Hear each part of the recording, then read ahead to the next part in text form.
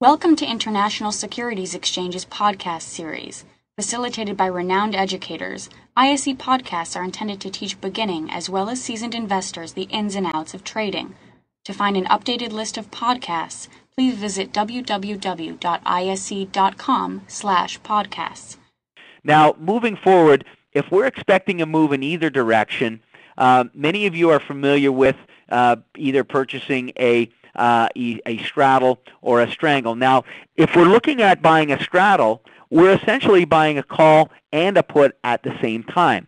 Now, we're going to obviously do this on the same pair value, and we're really looking at establishing this strategy if we're not sure which direction the pair is going to go, or that we don't know what way the U.S. dollar is going to go, but we think or we feel that it's going to do something.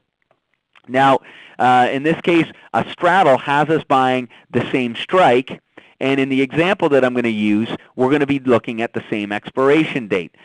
So if we take a look at a straddle on the EUI, so the U.S. dollar versus the euro, we may feel that the pair value is going to make a big move, but we're just not sure which direction it's going to go. So you can see here what I've done is I've essentially established the pair value at being at 82.04, and we think that either the euro is going to continue to drop against the U.S. dollar, or the U.S. dollar is going to continue to strengthen, or we're going to get a reversal. So we don't know, but we want to participate in one way or another.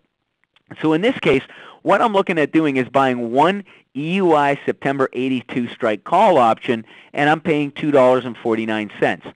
That will be to participate in a move to the upside.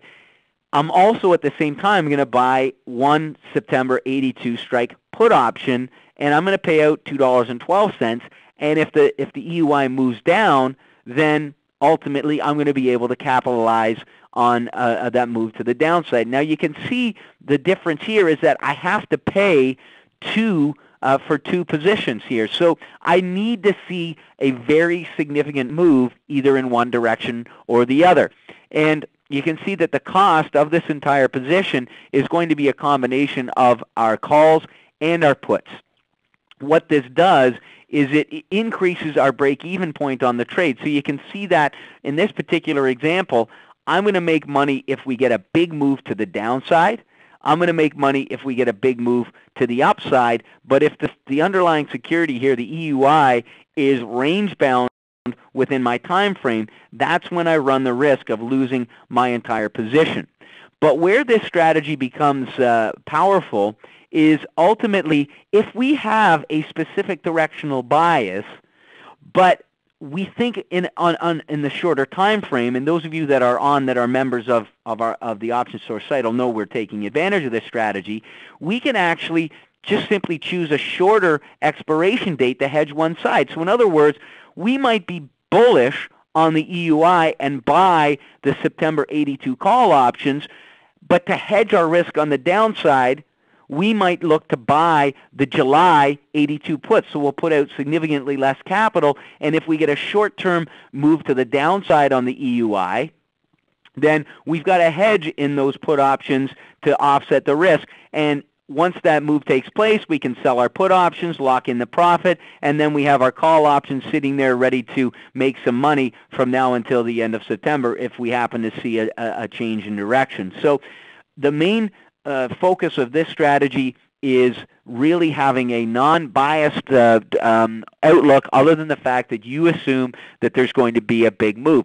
The fact is you still want to give yourself time to participate in your main directional bias, but you can again choose a shorter expiration date to hedge the one side. Now, if you're looking to create a strategy that has a lower cost basis, we can create what's referred to as a strangle. Now, a strangle has us buying a call and a put at the same time. We're looking at, of course, the same pair value, and in this example, we're looking at the same expiration. Now, in this case, we're going to look at creating this strategy using different strike prices.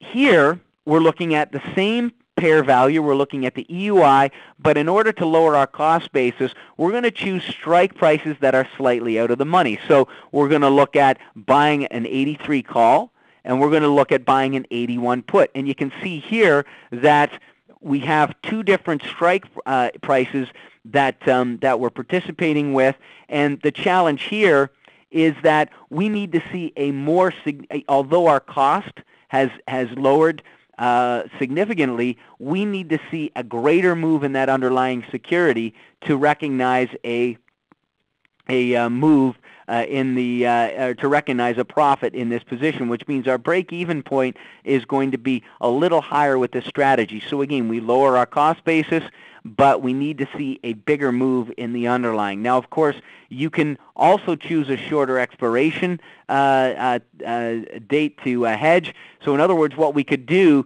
is we could still buy an at-the-money call at 83, and we could pay, the $2.50 that they're asking, and we could go in and we could buy a July or August 81 put option and pay the lower cost for that slightly out of the money near-term strike price if we were more inclined to create a position that was more leaning towards more of a move to the upside. Okay, so all we're simply doing is simply widening the strike prices on our calls and our puts to create a strangle. So you can understand the concept.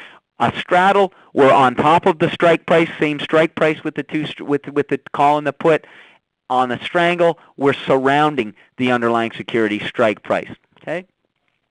Now let's move forward and take a look at generating some creating some strategies to generate cash flow. Now the first approach is to sell a naked call. Now this Andrew just made a comment back when I was talking about a straddle or a strangle, is that we could actually sell those options. Well, this falls in line. We're not going to talk about doing a naked call, selling a naked straddle or a naked strangle, but the principle is still the same.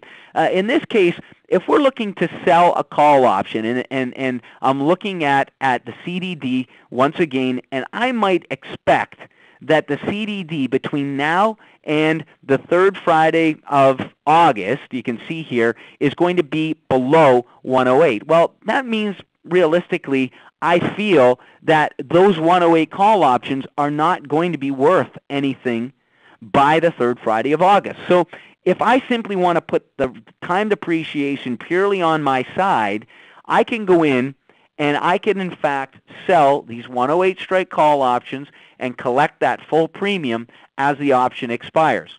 Now, the challenge here is that I have a limited profit and an unidentifiable risk exposure, but this is a great way to take advantage of a highly volatile market. So in other words, if option premiums are expensive, and I'm very confident that the Canadian dollar is not going to be above 108 by the third Friday of August, I can take advantage of that increase in volatility and that increase in premium, and I can sell those call options. Now, the bottom line is, if we take a look at our profit and loss graph here, the maximum profit that we can make, no matter how low the U.S. dollar trades against the Canadian, is the 102 or the $2 the premium that we've collected.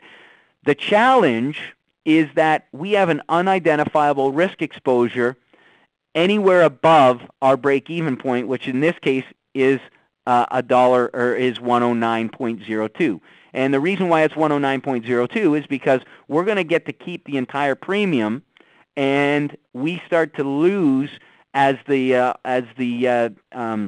CDD increases in value above that above the strike price plus the premium that we've collected. But you can see that we in fact have an increased margin requirement because of the fact that we're selling a naked call option. So anytime we sell an option naked, we have to recognize that we're going to have to put up more capital to do so. The broker is going to require you to put up a certain amount of margin to participate. Now, why we would want to take advantage of this is because we might be somebody that doesn't have the time to manage our positions on a day-to-day basis. All we want to do is just generate cash flow on money that we have sitting in our account.